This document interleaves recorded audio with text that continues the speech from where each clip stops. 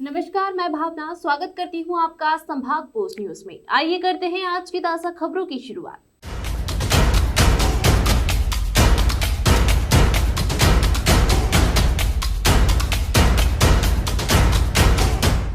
इंदौर में एक भाग्यश्री नाम की महिला के द्वारा लगातार लावारिस शवों का अंतिम संस्कार और लावारिस अस्थियों का तर्पण किया जा रहा है। इसी कड़ी में आज भी एक पुलिसकर्मी की सहायता से एक महिला के द्वारा जूनी इंदौर मुक्तिधाम में तर्पण का आयोजन किया गया, जहां अस्थियों का विधिवत पूजन के साथ ही उन्हें नर्मदा में विसर्जित भी किया जाएगा।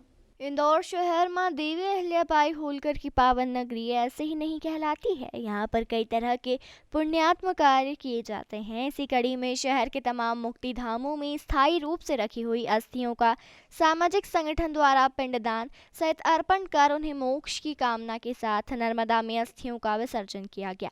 इस मौके पर महामंडलेश्वर श्री श्री दादू जी महाराज भी मौजूद रहे। उनका कहना था कि हिंदू संस्कृति में अंतिम संस्कार तर्पण का रहता है, जिसे आज कई सामाजिक संगठनों द्वारा आगे आते हुए इन अस्थायी हस्तियों को मोक्ष दिलाया गया है। ये एक पुण्यात्म कार्य है।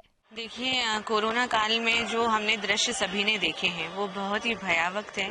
ऐसे लोग जो अपने अंतिम संस्कार की क्रियाओं को भी नहीं संपन्न कर पाए परिजनों के लिए, वो कहीं ना कहीं मोक्ष के मार्ग पर हमारा इंतजार कर रहे हैं कि हम में से कोई आएगा और उन्हें मोक्ष के मार्ग पर लेकर जाएगा।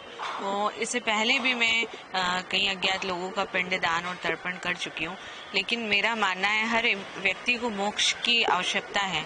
तो जितने भी अज्ञात लोग हैं उन सभी को मोक्ष के मार्ग पे मैं आगे ले जाना चाहती हूँ, और वो सभी लोगों को मैं पिंडदान और तर्पण, जो कि हिंदू रीति रिवाज के, हिंदू शास्त्रों के अनुसार आवश्यक होता है। प्रेत योनि से जब तक मुक्ति नहीं मिलती, जब तक उनका यहाँ पे 16वां संस्कार यानी अंतिम संस्कार के बाद की क्रियाएं नहीं कर पाते। तो मेरा सिर्फ एक ही उद्देश्य है, मैं उन सभी को मोक्ष दिलाना चाहती हूँ जो कहीं ना कहीं हम में से किसी का इंतजार करते हैं। हमारे शास्त्र कहते हैं कि जब तक अस्थियों का विसर्जन नहीं होता तब तक पूरी तरह से मोक्ष और मुक्ति नहीं मिलती। धीरे धीरे हम लोग इस प्रकार से होते जा रहे हैं कि जीवित इंसान की कदर नहीं करते, उनकी बातों का ध्यान नहीं रखते, उनको परेशान करते रहते हैं और उनको उनकी जो परेशानियां उसको दूर करने का प्रयास नहीं करते।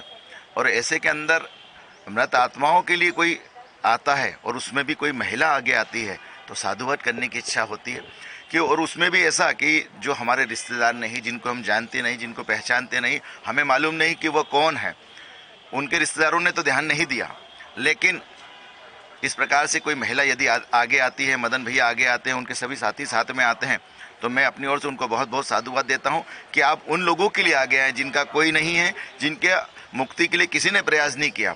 तो मैं अपनी ओर से इनको बहुत बहुत शुभकामना देता हूं।